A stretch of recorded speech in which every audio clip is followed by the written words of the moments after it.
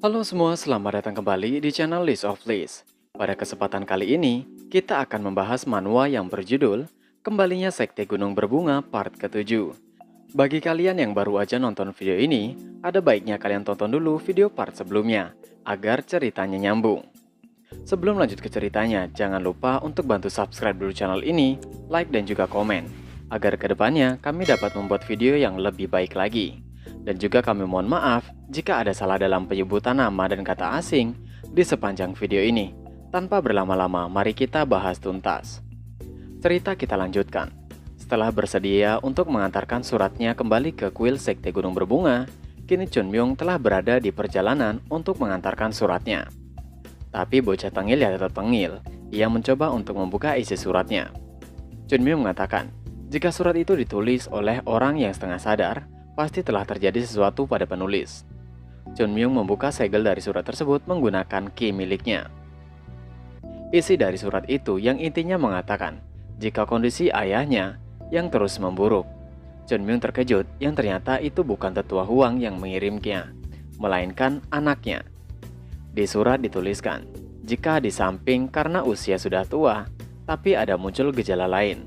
Nadiki ayahnya mulai tidak terkontrol, dan seluruh tubuhnya memerah, dan mulai kehilangan kesadarannya dan tidak bergerak. Dan ada area gelap muncul di dahi tepat di antara alisnya. Chunmyung merasakan ada sesuatu yang aneh.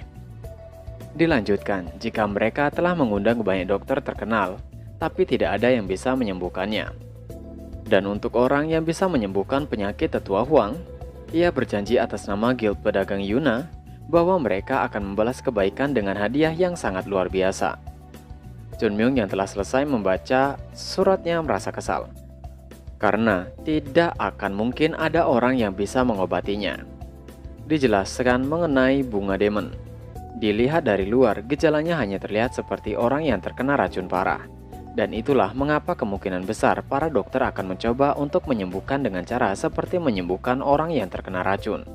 Dan alasan utama Chunmyung merasa khawatir adalah karena penyakit itu adalah bunga demon. Sebuah gejala yang akan muncul ketika diserang oleh teknik tertentu dari sekte Heavenly Demon. Chunmyung mengeratkan giginya karena kesal. Chunmyung yang mengira sudah banyak dari mereka yang mati waktu peperangan dulu, tapi tidak disangka masih ada beberapa dari mereka yang masih hidup. Dan masalahnya adalah, para bajingan itu tidak hanya masih hidup, tapi Chunmyung merasakan sesuatu. Chunmyung berteriak kesal. Mengapa mereka selalu saja mencari gara-gara dengan sekte Gunung Berbunga?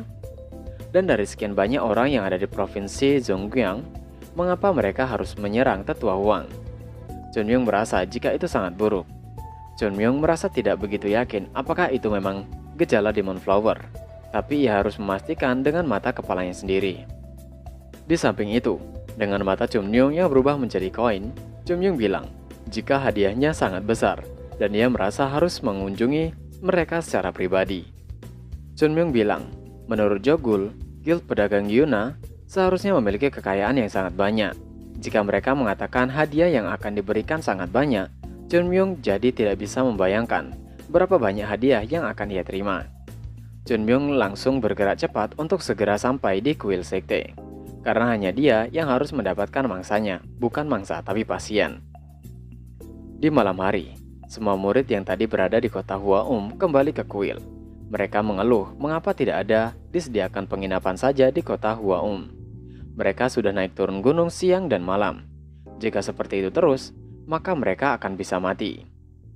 Saat sudah mendekati gerbang, terlihat Jogul berlari dan berteriak memanggil senior Yojong. Yojong dalam hatinya mengatakan, jika Jogul semakin hari terlihat semakin kekanak-kanakan. Setelah sampai di hadapan Yojong, Jogul bilang jika ada keadaan darurat. Chunmyung telah hilang dan meminta Yojong untuk mengikutinya segera. Di dalam kamar Chunmyung, mereka tidak mendapatinya di sana.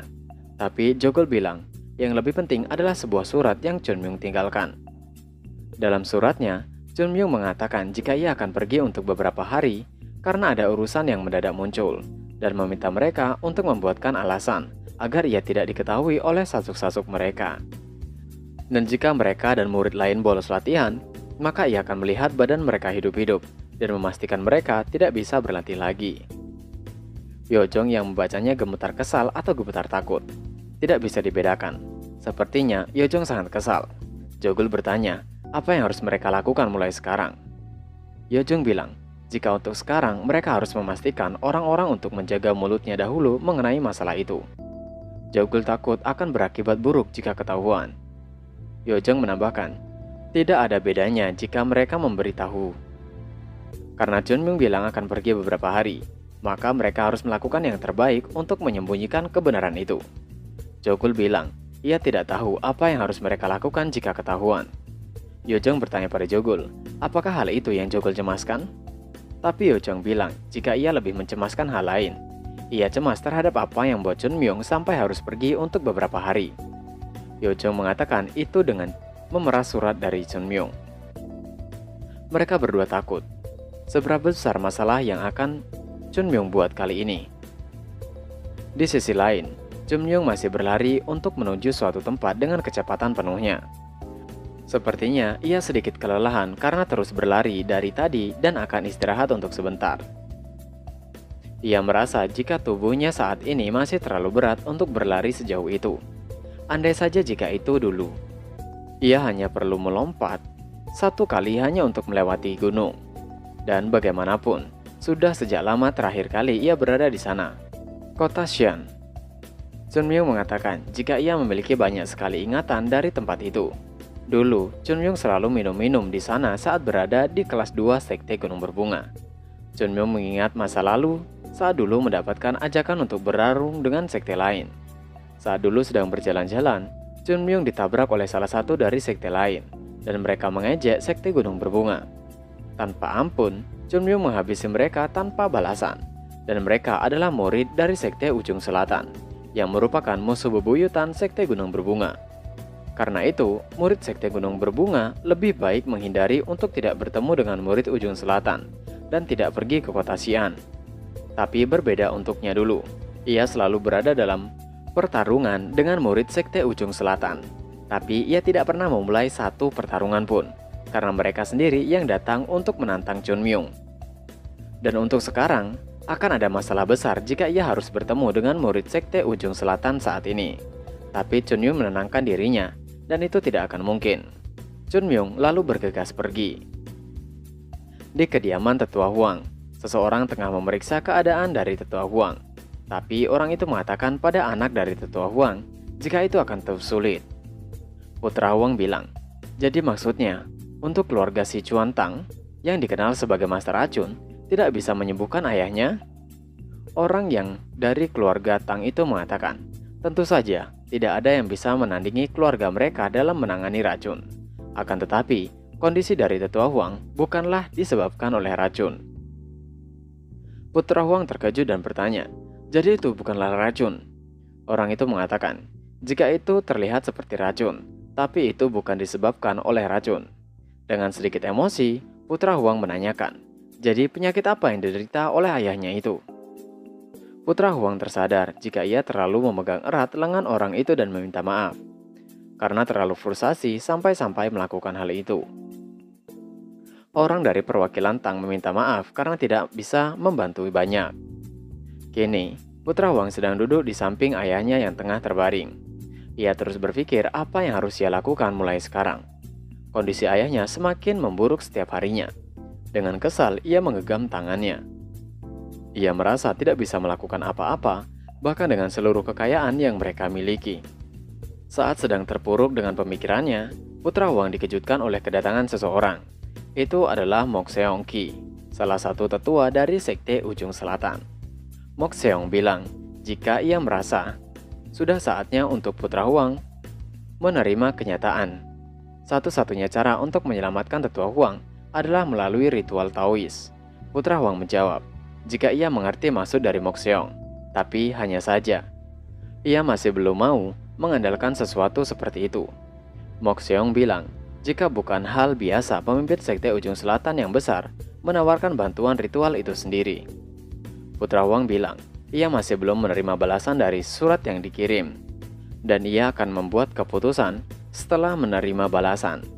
Mok Seong mendecak kesal dan bilang, jika itu tidak ada artinya. Mok Seong bilang jika itu membuat frustasi, memang siapa lagi yang bisa menyembuhkan Tetua Huang di saat seluruh dokter terhebat tidak bisa menyembuhkannya. Tapi seseorang datang memanggil Putra Huang. Orang itu mengatakan, seseorang dari Sekte Gunung Berbunga telah tiba. Putra Huang sedikit terkejut, karena suratnya baru saja dikirim kemarin, dan sekarang sudah ada perwakilan yang datang. Mok Seong bertanya, Sekte Gunung Berbunga?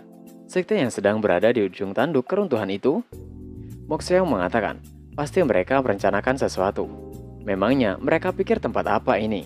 Dan meminta Putra Huang untuk tidak menemui perwakilan dari Sekte Gunung Berbunga. Itu hanya akan membuang-buang waktu saja. Mok Seong memegang pundak Putra Huang dan melanjutkan.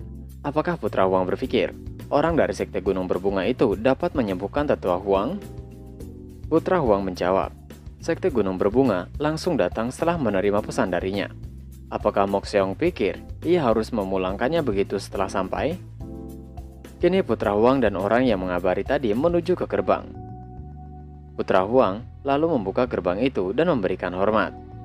Dan memohon maaf karena tidak memperlakukannya dengan hormat. Dan memperkenalkan diri sebagai Jongwi Huang, putra dari Guild Pedagang Euna. Dan merupakan kesalahannya karena tidak mendidik bawahannya dengan baik. Seseorang yang berada di hadapannya itu menjawab jika tidak masalah. Dan ia juga tidak meminta sambutan yang mewah. Dari bawah, Jongwi melihat jika orang yang ada di depannya hanya berdiri dengan menompang satu kaki. Setelah melihat orangnya, yang ternyata itu adalah Chun Myung, yang sedang berdiri santai dan mengorek telinganya. Jongwi bertanya, di mana rombongan yang lainnya? Chun Myung menjawab jika ia hanya datang sendiri. Jongwi masih tidak mengerti, dan Chun Myung menjelaskan jika ia datang sendiri. Dan ia tahu cara menyembuhkan penyakit Tetua Huang, dan meminta untuk menunjukkan jalannya. Jongwi masih tidak tahu apa yang terjadi dan bertanya siapa bocah itu. Jongwi bertanya pada Chun Myung, apakah ia sendirian datang ke tempat itu? Chun Myung dengan santainya menjawab, bukankah itu yang barusan dia katakan? Jongwi masih tidak mengerti dengan apa yang terjadi. Dalam artinya bertanya, apakah Sekte Gunung Berbunga memandang remeh Guild Pedagang Euna? Melihat itu, membuat Mok Seong tertawa terbahak-bahak. Ia mengatakan pada Jongwi, bukankah ia sudah mengatakan padanya, kalau hanya sia-sia menemui berandalan dari Sekte Gunung Berbunga? Dan meneruskan, jika mereka tidak tahu apa-apa tapi masih ingin menyelesaikan sesuatu. Mok Seong bilang, jika ia mendengar bahwa pemimpin Sekte Berbunga adalah seseorang yang bijak, tapi tidak disangka dia menggunakan sejenis penipuan seperti itu. Dalam hati Chun Myung mengatakan, jika itu adalah perlakuan yang sudah ia perkirakan karena dirinya terlihat sangat muda. Ia harus berusaha menaikkan harapan Jongwi pada Chun Myung sedikit lagi. Chun Myung lalu secara sopan memberi salam. Chun Myung memohon maaf atas keterlambatannya memperkenalkan diri. Ia adalah Chun Myung, murid kelas 3 Sekte Gunung Berbunga. Dan surat yang dikirim oleh Jongwi sudah diterima pemimpin sekte dengan baik. Dan kedatangannya ke sana karena ia memiliki petunjuk atas penyakit yang diderita oleh Tetua Huang berdasarkan gejala yang dijelaskan dalam surat. Jongwi terkejut dan bertanya, apakah Chun Myung bilang ia mengetahui tentang penyakit ayahnya? Chun Myung membenarkannya. Dalam hati Jongwi ia mengatakan, jika ini adalah pertama kalinya ada seseorang yang mengatakan itu. Banyak dokter ahli terkenal sudah melihat kondisi Tetua Huang, tapi tidak ada satupun dari mereka yang mampu mengatakan sesuatu tentang penyakit itu. Tapi Mok Seong menyela dan bilang, jika Chun Myung di usia muda sudah mencoba untuk menipu. Mok Seong meminta Jongwi untuk masuk dan tidak perlu mendengarkan bocah itu. Itu hanya akan membuang waktu saja. Chun Myung lalu bilang, siapa Mok Seong sebenarnya? Dan mengapa terus memanggilnya dengan bocah? Mok Seong berteriak, bahkan seorang bocah dari Sekte Gunung Berbunga tidak mengetahui dirinya yang merupakan tetua dari Sekte Ujung Selatan.